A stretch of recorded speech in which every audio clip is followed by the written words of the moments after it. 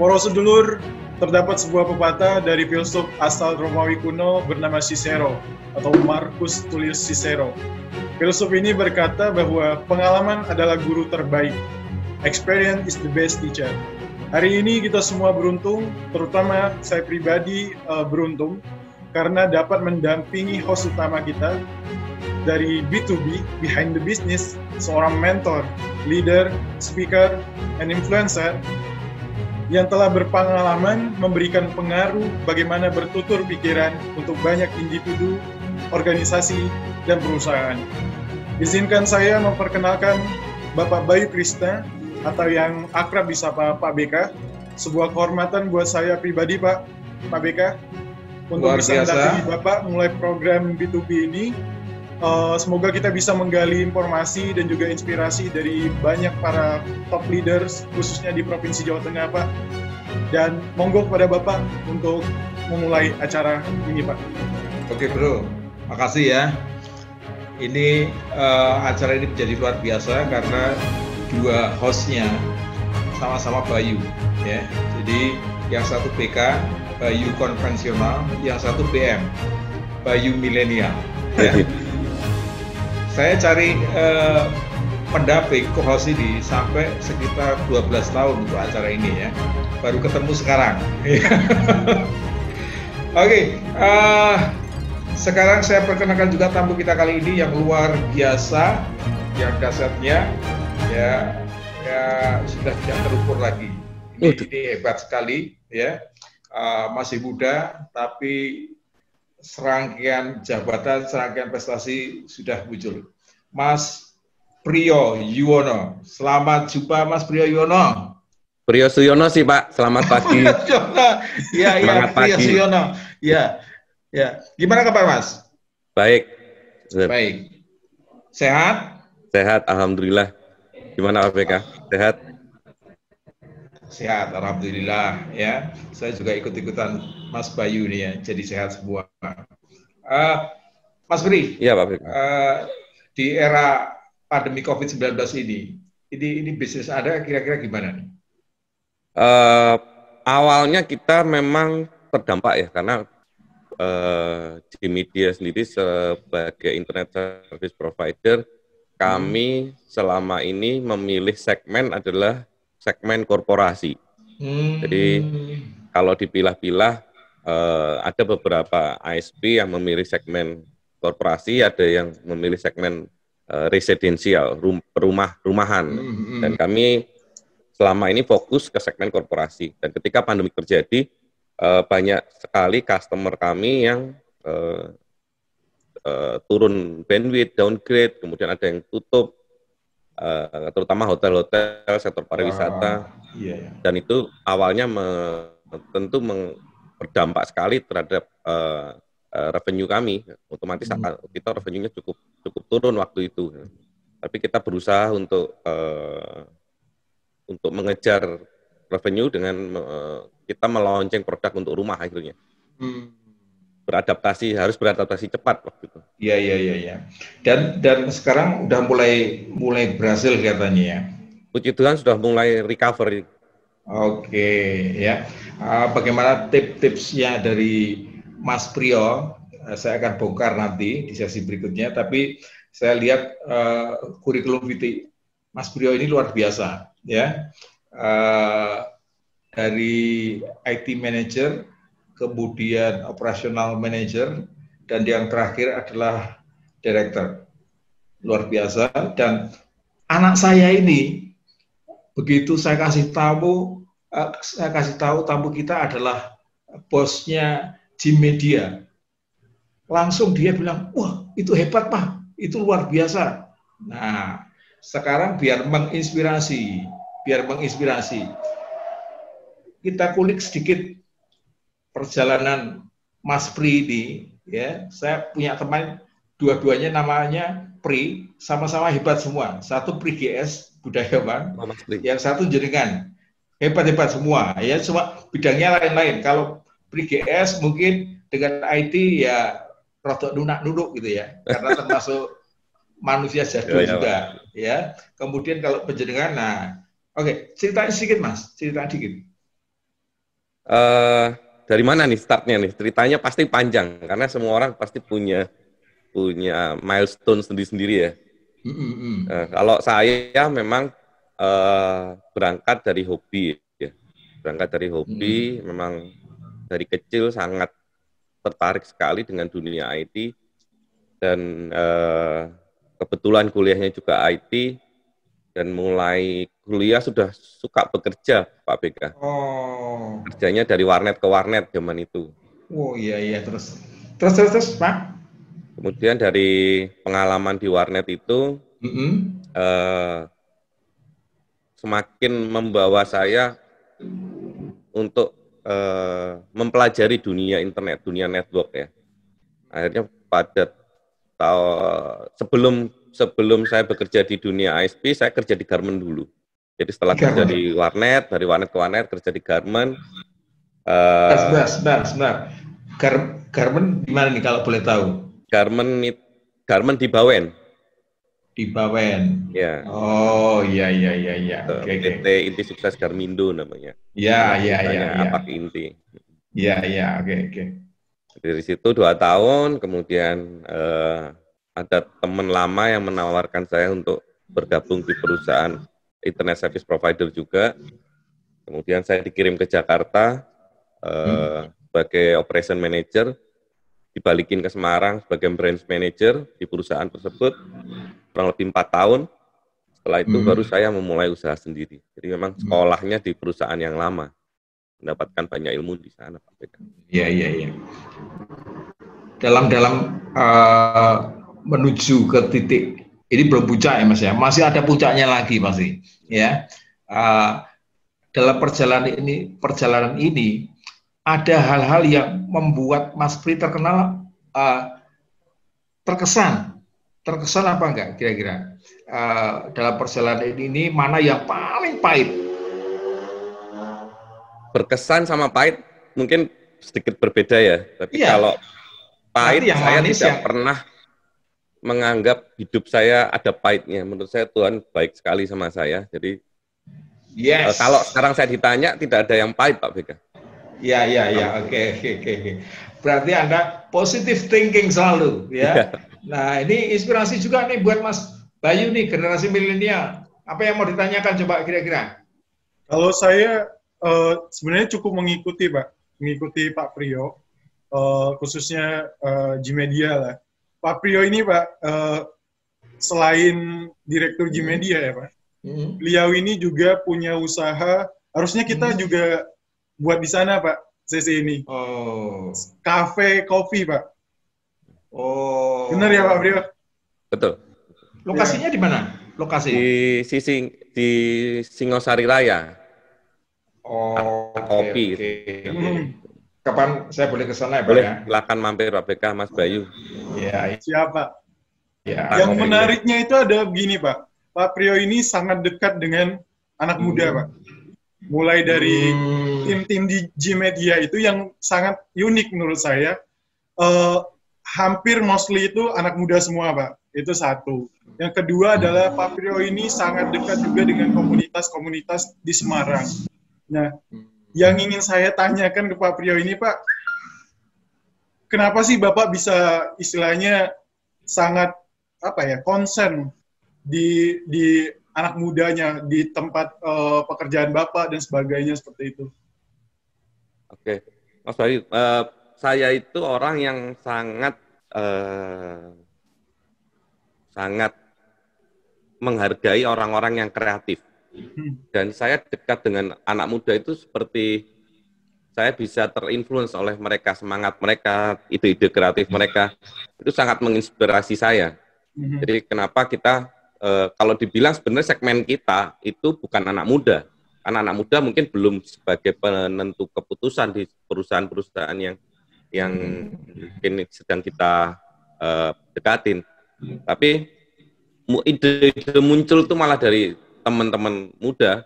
Bahkan kita sering berdiskusi ya, dengan teman-teman komunitas, kemudian teman-teman muda ini bisa membawa ide-ide kreatif, akhirnya bisa kita adopt di baik itu menjadi sebuah produk, baik itu mungkin juga cuman hanya sebuah kebijakan, tapi teman-teman muda ini kreatifnya luar biasa. Saya kadang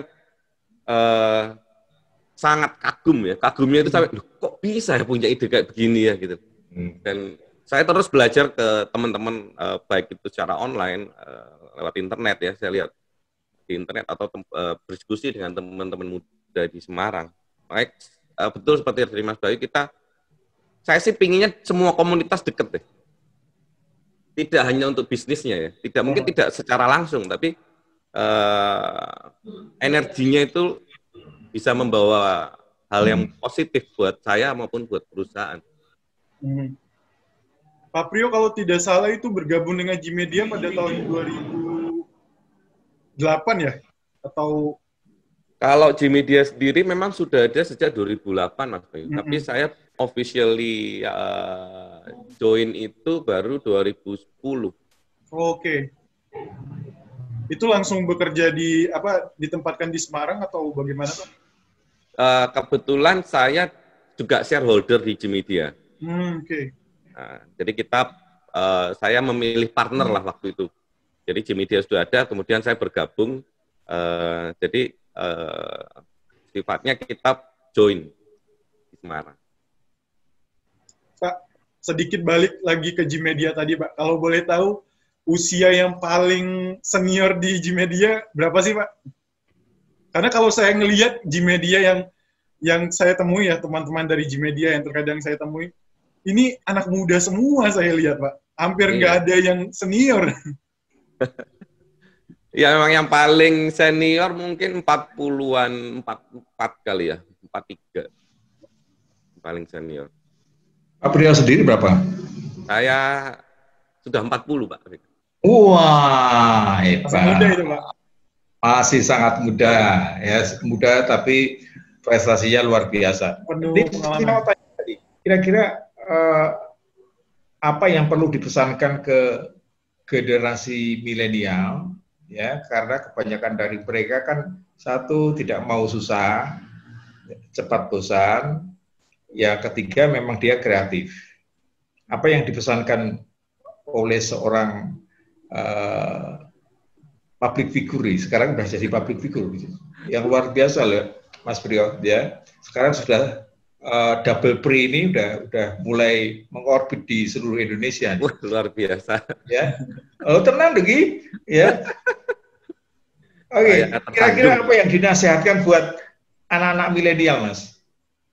Mungkin ya, kalau boleh saya memberikan nasihat dan itu berdasarkan pengalaman saya gitu ya. Mungkin teman-teman milenial sekarang mungkin tidak jauh beda dengan saya dulu ya. Gampang bosan, kemudian nggak mau susah. Tapi karena kita nggak mau susah, makanya kita usahanya harus lebih keras. Dan saya selalu punya prinsip, saya berikan yang terbaik untuk semua orang.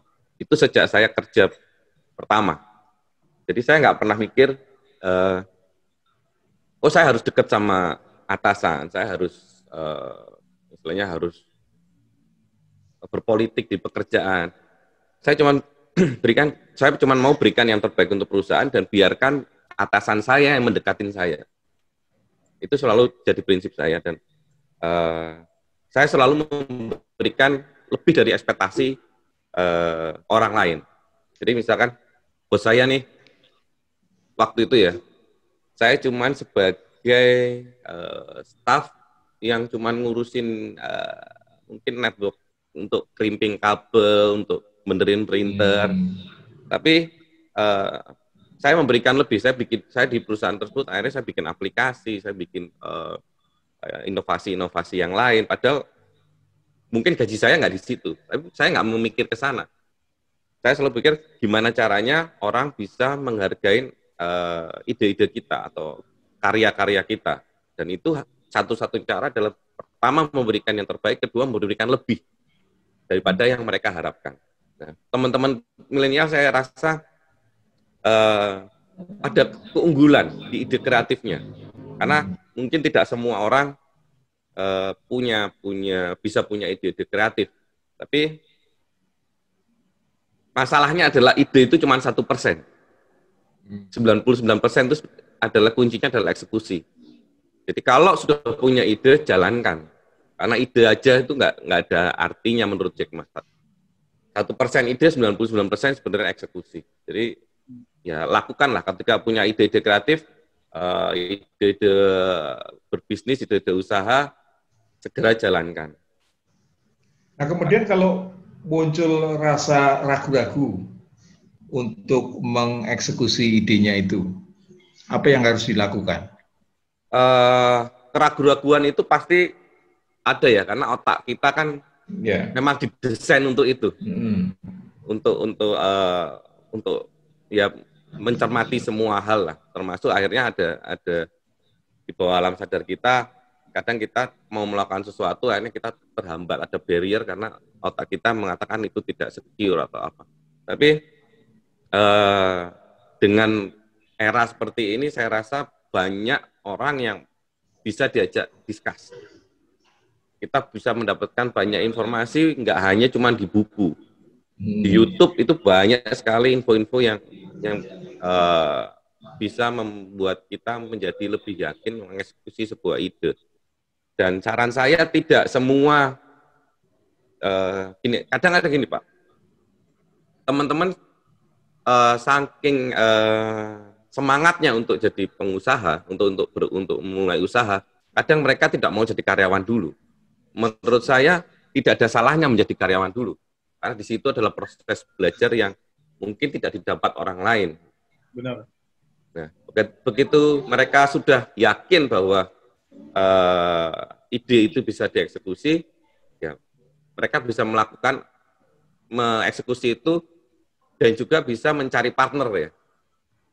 Saran saya sih tetap cari partner itu penting dalam mengeksekusi sebuah ide. Saya dulu waktu ide untuk membuat usaha sendiri, saya cari partner, saya cari perusahaan yang mungkin sudah established tapi masih terbuka untuk menjadi partner. Jadi kita nggak mungkin sendiri sebenarnya. Kalau kita bisa memilih partner yang baik, saya rasa tingkat keberhasilan eksekusi ide itu cukup tinggi. Ya. Jadi mencari partner kata kuncinya. Mencari partner ini tentu tidak mudah. Betul. Ya. Tolong berikan tips juga ke teman-teman muda kita. Gimana sih caranya buat mencari partner agar bisa dipercaya? Nah, dari buku yang saya baca sih sebenarnya kalau mencari partner beda sama mencari teman ya.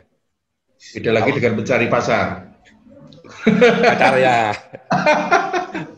Karena kalau kita mencari partner bisnis, ada asas manfaat itu mau diakuin atau tidak. Kalau teman kita mungkin nggak perlu, dia harus baik, dia harus pintar, dia harus mempunyai ini enggak. Tapi kalau partner, kita harus lihat, benar-benar melihat kelebihan orang lain. Dan apa yang kita nggak punya. Jadi misalkan, saya waktu itu punya kelebihan mungkin di hal network ya. Bagian network, kemudian networking juga. Akhirnya saya butuh teman yang mungkin mengerti tentang legalnya, mungkin tentang keuangan. Nah, kita cari partnernya adalah orang-orang yang benar-benar mengerti yang kita nggak ngerti. Itu kuncinya deh. Kalau masalah bisa dipercaya atau tidak, itu hanya waktu yang bisa membuktikan. Iya. Itu hanya waktu, Pak. Oke. Ini walaupun usia Anda jauh di bawah saya, ya, tapi Anda wise-nya sudah melebihi saya 20 tahun. Bisa, Pak. Ya, Mas Bayu. Iya, Pak. Ini jadi pelajaran juga, ya, di samping mencari partner, caranya mencari partner juga bisa dipraktekkan untuk mencari yang lain. Ya, salah satunya untuk Mas Bayu kan masih single nih. Ya. Sudah nikah saya, Pak. Sudah nikah. Sudah cari menikah, satu lagi lah. Cari satu lagi lah. Ya. Oke. Mas Pri, Ya, kalau tadi saya tanya tentang pahitnya, ternyata Anda nggak pernah merasakan rasa pahitnya karena Anda positive thinking. Ya, Tapi melihat sesuatu. Pak BK, sorry, saya ingin Ya. bertanya sedikit sama Pak Pri. Ya. Pak Pri, sekarang kan ibaratnya pengalaman Pak Pri ini kan bisa dibilang di seusia Pak Pri cukup mentereng lah. Dan tadi Pak Pri juga mengutarakan bahwa sebelum kita memulai usaha, alangkah baiknya kita juga istilahnya belajar dulu untuk menjadi karyawan, seperti itu kan Pak Pri. Saya ingin bertanya, siapa sih yang sangat mempengaruhi Pak Pri sehingga sekarang bisa seperti ini, Pak? Apakah itu orang tua ataukah Pak Pri punya sosok idola mungkin? Memilih mau keluar dari rumah, kalau mau kerja silakan keluar dari rumah, dan